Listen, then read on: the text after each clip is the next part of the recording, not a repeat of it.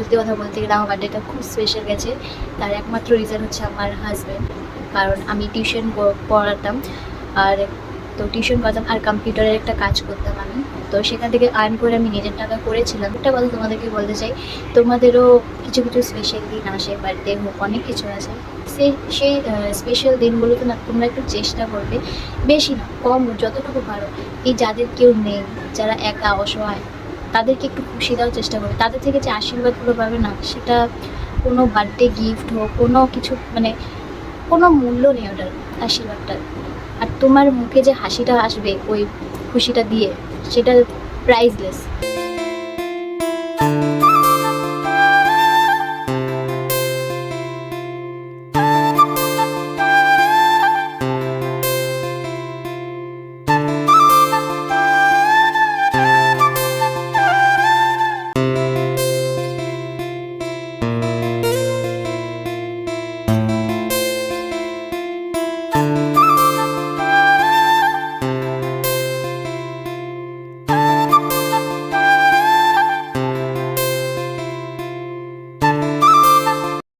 Hello guys, welcome back to my channel vlogs of Neha.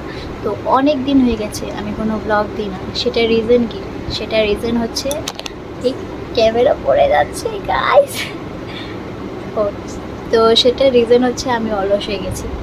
তো কোনো excuse দিয়ে লাভ নেই, কোনো এক্সকিউজ দিয়ে লাভ নেই। কারণ হ্যাঁ, সত্যি কথা যেটা, আমি নিজের ইচ্ছায় এতদিন ব্লগ করিনি।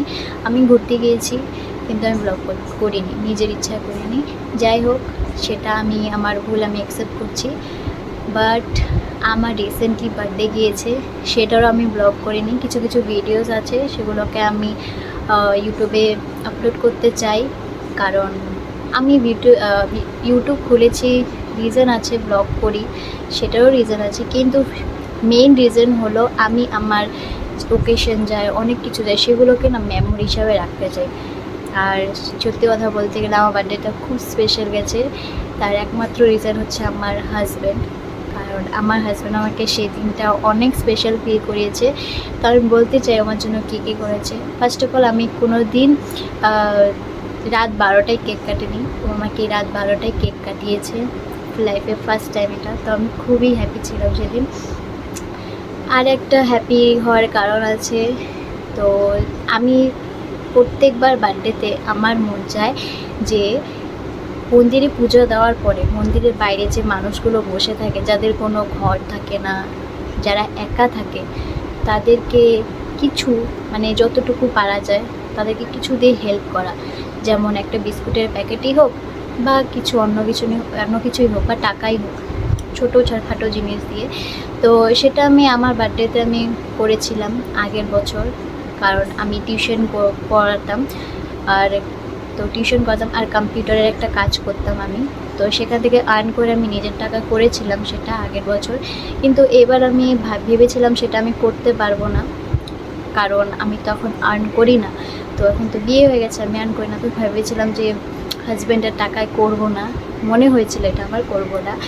তো আর আমার হাজব্যান্ড সেটা জানতো যে আমি আমার বার্থডেতে এটা আমি করতে খুব ভালোবাসি। যারা মন্দিরের বাইরে বসে থাকে তাদেরকে দিতে আমি খুব ভালোবাসি। আর তাদের থেকে যে আশীর্বাদটা পাই আমি সেটার খুশি আমি তোমাদেরকে বলে বুঝতে পারবো না। খুবই খুশি লাগে আমার। তো সেটাও আমাকে সারপ্রাইজ দিয়েছে। আমি করতে পারিনি বলে ও আমাকে সেটা সারপ্রাইজ করেছে। কারণ মন্দিরে পুজো দেওয়ার পরে ও 30টা প্যাকেট, মানে প্যাকেটের ভিতরে 5 রকমের মিষ্টি ছিল, একটা সিঙ্গারা ছিল, তো এরকম 30 রকমের প্যাকেট ও নিয়ে এসেছিলো দোকান থেকে, আগে থেকে অর্ডার দিয়ে রেখেছিল। সেই প্যাকেটগুলো আমাকে দিয়ে মন্দিরের বাইরে সেই মানুষগুলোকে দিয়েছে আর কি। তো এই জিনিসটা আমি বলে বোঝাতে পারবো না কতটা খুশি হয়েছি। তো আমি ভাবিনি যে এবার এটা আমি করতে পারবো, কিন্তু ও আমাকে দিয়ে করিয়েছে। তারপর এটা তো আছে, আরও অনেক কিছু আছে। আর আরেকটা কথা তোমাদেরকে বলতে চাই, তোমাদেরও কিছু কিছু স্পেশাল দিন আসে, বার্থডে হোক, অনেক কিছু আছে। সেই স্পেশাল দিনগুলোতে না তোমরা একটু চেষ্টা করবে, বেশি না কম যতটুকু পারো, এই যাদের কেউ নেই, যারা একা অসহায়, তাদেরকে একটু খুশি দেওয়ার চেষ্টা করবে। তাদের থেকে যে আশীর্বাদগুলো পাবে না, সেটা কোনো বার্থডে গিফট হোক, কোনো কিছু মানে কোনো মূল্য নেই ওটার আশীর্বাদটার। আর তোমার মুখে যে হাসিটা আসবে ওই খুশিটা দিয়ে, সেটা প্রাইসলেস। সেটা তুমি মানে এটা করলে বোঝা যায়। যদি করে থাকো আর যদি না করে একদিন করে দেখো, বুঝতে পারবে যে আমি কেন এত খুশির কথা বলছি এটাতে। তো প্লিজ করো, তোমাদের এটা রিকোয়েস্ট। আর হ্যাঁ, তো পুরো ভিডিওটা দেখো, দেখতে থাকো আর সঙ্গে থাকো। পাচ্ছেন রাত 12টায় ও আমাকে রোজ দিয়ে উইশ করে, দেন ওর পরে আমাকে আমার একটা বেস্ট ফ্রেন্ড বার্থডে উইশ করে।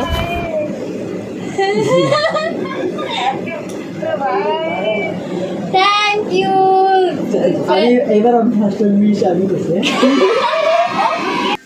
তারপর ও আমাকে কেক কাটায়। এই প্রথমবার আমি রাত 12টার দিকে কেক কাটছি, লাইফে ফার্স্ট টাইম। তো ওইগুলো কখন করেছিল, কেক কখন এনেছিল, রোজ কখন এনেছিল, আমি কিচ্ছু জানতাম না। সত্যি কথা বলতে গেলে সেদিন ও আমাকে অনেকটা সারপ্রাইজ করে দিয়েছিল, অনেক খুশি ছিলাম সেই দিন। A few moments later. Cake কাটানোর পর ও আমাকে এই ফটো ফ্রেমটা দিয়ে বলল খুলতে। তারপর তো আমি অনেকটাই অবাক হয়ে গেছিলাম, কারণ এটা আমাদের বিয়ের ফটো ছিল, অনেক বড় ছিল ফটো ফ্রেমটা। সেটা দেখে আমি বলতে পারবো না আমি কতটা খুশি হয়েছি। কেমন লাগলো তোমার বার্থডে গিফট?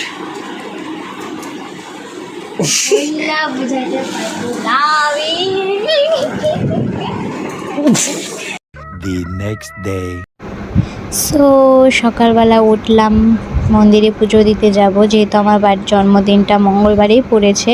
তো আমি আর ও বেরিয়ে পড়লাম স্নান করে হনুমান মন্দিরে পুজো দেওয়ার জন্যে। তো পুজো সুজো দিয়ে তারপর বাইরে যে বসে থাকে মানুষগুলো, তাদের থেকে কিছুটা আশীর্বাদ নিলাম। ওদের আশীর্বাদই আমার জন্য অনেক। এটা এই জিনিসটার খুশি কোথাও নেই, যেটা আশীর্বাদে পাওয়া যায় ওদের থেকে। 6.5 hours later.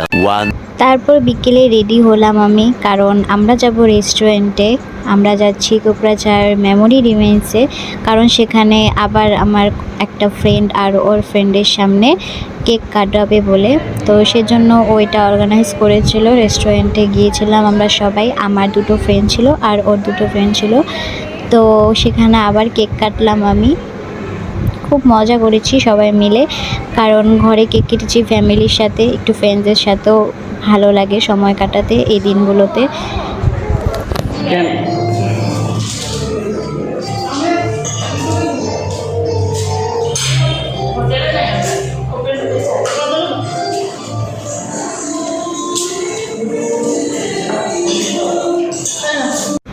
তারপর আমরা খাওয়া দাওয়া করে বাড়িতে চলে আসি। তো ও আমাকে বলেছিল বাড়িতে এসে চিকেন করবে, পুরি করবে নিজের হাতে।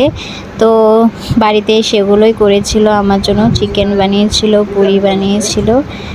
তো এগুলো জিনিস ভালো লাগে যখন হাজবেন্ড নিজের ওয়াইফের জন্য করে।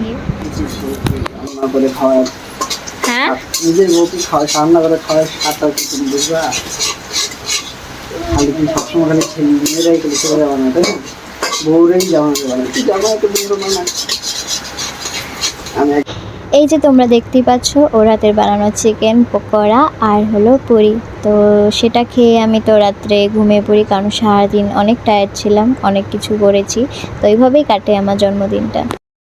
ভিডিওটা এইটুকুই, ভালো লাগে থাকলে please like, share and subscribe করে দিও। দেখা হবে নেক্সট ভিডিওতে, ততক্ষণের জন্য টাটা।